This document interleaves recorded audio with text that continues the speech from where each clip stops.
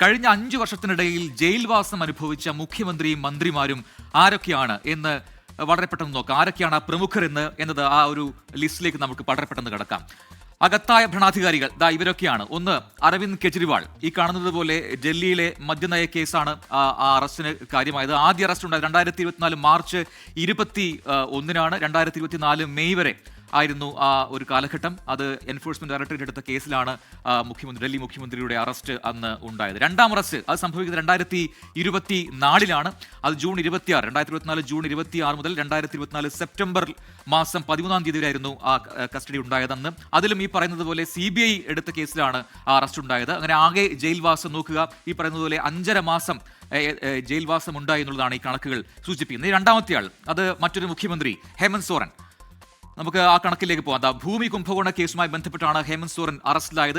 അതിന്റെ കേസിന്റെ നാൾ വഴികൾ വളരെ പെട്ടെന്ന് നോക്കിക്കഴിഞ്ഞാൽ അറസ്റ്റ് ഉണ്ടാവുന്നത് 2024-ലാണ്. കള്ളപ്പണം വെളുപ്പിക്കൽ കേസുമായി ബന്ധപ്പെട്ടാണ് ഈ അറസ്റ്റ് അന്നുണ്ടായത്. 2024 ജനുവരി 31 മുതൽ 2024 ജൂൺ 28 വരെ ED ആണ് ആ കേസെടുത്ത് ഹേമന്ത് സോറനെ അറസ്റ്റ് ചെയ്തത്.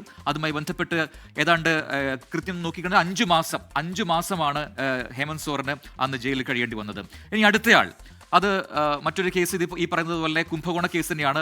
സെന്തിൽ ബാലാജി. ഒരുപാട് നാടകീയ രംഗങ്ങളൊക്കെ നമ്മൾ കണ്ടതാണ് ആ അറസ്റ്റുമായി ബന്ധപ്പെട്ടൊക്കെ.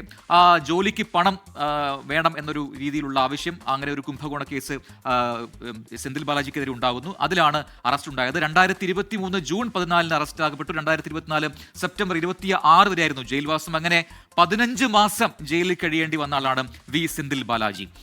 അടുത്തയാൾ വീണ്ടും ഡൽഹിയിലേക്ക് ഒന്നുകൂടി പോകേണ്ടി വരും. അവിടെ മനീഷ് സിസോദിയ, ഒരുപക്ഷെ ഏറ്റവും കൂടുതൽ കാലം ജയിലിൽ കഴിയേണ്ടി വന്ന മന്ത്രിമാരിൽ ഒരാളാണ് മനീഷ് സിസോദിയ. കേസ് ഡൽഹിയിലെ മദ്യനയം തന്നെയാണ്. 2023 ഫെബ്രുവരി 26-നായിരുന്നു ആ അറസ്റ്റ് ഉണ്ടായത്. 2024 ഓഗസ്റ്റ് 9 വരെ ജയിലിൽ കഴിയേണ്ടി വന്നു. 17 മാസമാണ് മനീഷ് സിസോദിയയ്ക്ക് ജയിലിൽ കഴിയേണ്ടത്. ഇവരാണ് പ്രമുഖർ. അങ്ങനെ ഒരുപാട് കേസുകളുണ്ട്. അത്തരത്തിൽ 30 ദിവസം വരെ ജയിലിൽ കഴിയേണ്ടി വന്നു കഴിഞ്ഞാൽ അത് പ്രധാനമന്ത്രിയാണെങ്കിൽ പോലും അവരെ പുറത്താക്കണം എന്നാണ് ബില്ലിലൂടെ ആവശ്യപ്പെട്ടിരിക്കുന്നത്. അതിനെ ശക്തമായി തന്നെ പ്രതിപക്ഷം ഇപ്പോൾ എതിർത്തിരിക്കുകയാണ്. കോൺഗ്രസ് ഒരു പടി കൂടി കടന്നാണ് ആ എതിർസ്വരം ഉയർത്തുന്നത്.